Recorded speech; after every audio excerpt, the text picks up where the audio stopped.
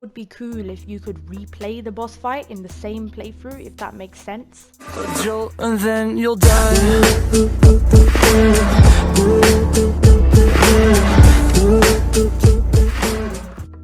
Hey there guys, what is going on? It's C.O.Z here, and before you continue watching this video, please click that subscribe button below and leave a like. Now you're probably wondering, how the hell have I got these two, the chainsaw and hammer weapon, or whatever it's called, but basically that double fast weapon, if I haven't even been to that zone chronologically? Well, it's a Metroidvania, which means practically you can just visit any boss fight you want in the first place. It's just that I ended up accidentally going into an endgame area and getting this weapon, and then coming back and facing like the first boss ever.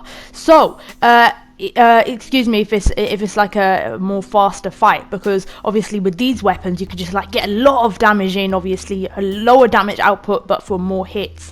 So Imrod the Unrepentant. Now Imrod is like a pretty like he's got pretty high damage if he hits you with that big baton smoldering mace of his, you see. But mainly he's what his attacks are is that he'd come charging up to you. So what you want to do is you want to bait at a certain distance and wait for it, hold R2 and L2 at the same time, and then tank that hit, and then you can get a few hits in after every one of them. So repeat this, you wait over here, you have to get the timing right, and as you can see, back away, because if you get caught in his spin it will cause quite a bit of damage. Lure him right at that angle, yeah, keep rolling. So I'll just keep rolling. I was waiting for a direct hit, wait for his direct charge, harden, and then get straight under him and then get those hits, because his spin likely should not hit you. Of course, if you've got a slower moving weapon, you're gonna have to obviously you're gonna get less hits in as well. So just make sure that you time those openings correctly and don't get greedy. I obviously could, because I had like a more endgame weapon that allowed me to get more hits in, and I just kept on going, you know, moving back and forth, waiting for him. Another attack of his, which isn't his charge, is that he will breathe fire if you're in close proximity to him. This causes a lot of burn damage, and I found it was quite problematic after quite a bit of time, because it was obviously depleting my health. Obviously keep supplies on you to prevent this. I'm still discovering the game, still early game, so I haven't worked out what is effective in many cases, like for example fire resistance. But as you can see, I was pretty much just waiting, always baiting him at that distance, waiting, pressing L2 and R2, because obviously harden is like a massive mechanic in here. You still need to get the timing right. You have to get under him as soon as he starts swinging, get a few hits onto his stomach, and then repeat. And don't stay too near him, or at least start breathing fire and such. But yeah, he's pretty slow and crazy. Yeah, there's also that attack, which is, I forgot to mention, he will sometimes do. So he does that breathing fire one, and then he does this stomp, where he raises his smoldering mace above. You could get hits in there, but again, as I said, the main easier one is to, as long as you work out the distance for which he charges you at. So like, I back away, because I'm just not going to risk that attack. It depends on your playstyle, of course.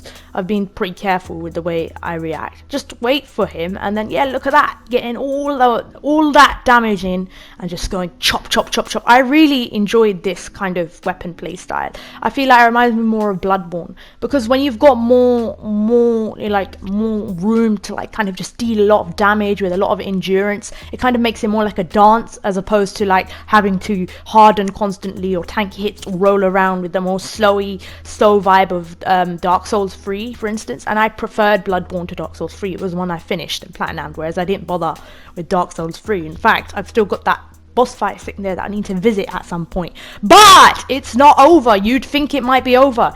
Imrod comes back again, although it's pretty much the same once more. I guess at this point they just wanted to long out the fight. He just gets faster, and I think there's maybe one or two more attacks to his upgraded second phase form. But as you can see, I'm doing the same thing, baiting him, knowing the exact distance.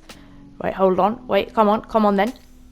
He comes, and sometimes occasionally he slams into the ground. As you can see, damage there, but I managed to tank that hit by timing my hardens right. So turn to stone as soon as he hits at different points, and that can get in damage as well. As you can see, I'm doing the same thing and pretty much repeating it. So I just sped up the fight at this point. This is the second phase now, but he probably will be doing more slams into the ground now, and you can see that he might be getting slightly faster as well. I actually wanted to try this with a slower weapon at the time, but because I'd visited like the the late game area, you know, obviously it was me just kind of just smacking him as much as possible with the R1s and such. I didn't really do any charge attacks. With a slower weapon, I could imagine you might be able to charge, like you might press R2, L2 to harden. As you can see, look, he's damaged me. Look, the fire damage now. If you do get greedy, that fire damage does do some horrible damage, which makes it irritating because you have to roll it off and then he can get in. That's when he gets dangerous. If he gets a burn on you and then he'll get in there and he'll just do all that jarring damage. And so as you can see, we're backing away. He's coming in now, and this time my health is actually low, so we got to be careful. Woo! And this is where it does get tough, because the moment you do get greedy, obviously those hits are not nice at all, but you just have to have your hardened timing on point. I mean, he still is, I think, only the first boss of the first area, the Shrine of Ashes, which had some pretty hard enemies, I had to admit. They were quite enjoyable. So, of course, you'll obviously be given a second chance, like I was. It's much more forgiving. Like, if this was Bloodborne, I probably would have died already by now, even though I'd managed to get, like, semi-far.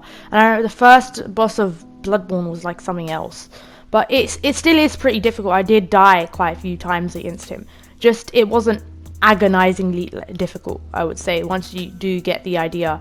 And plus I also had an upgraded weapon, so I do not know how I would fare against it if he had maybe, say, a heavier weapon. But I do actually want to replay. I wonder if one thing that I would like is, because it's trying to be a little bit different, maybe it would be cool if you could replay the boss fight in the same playthrough, if that makes sense.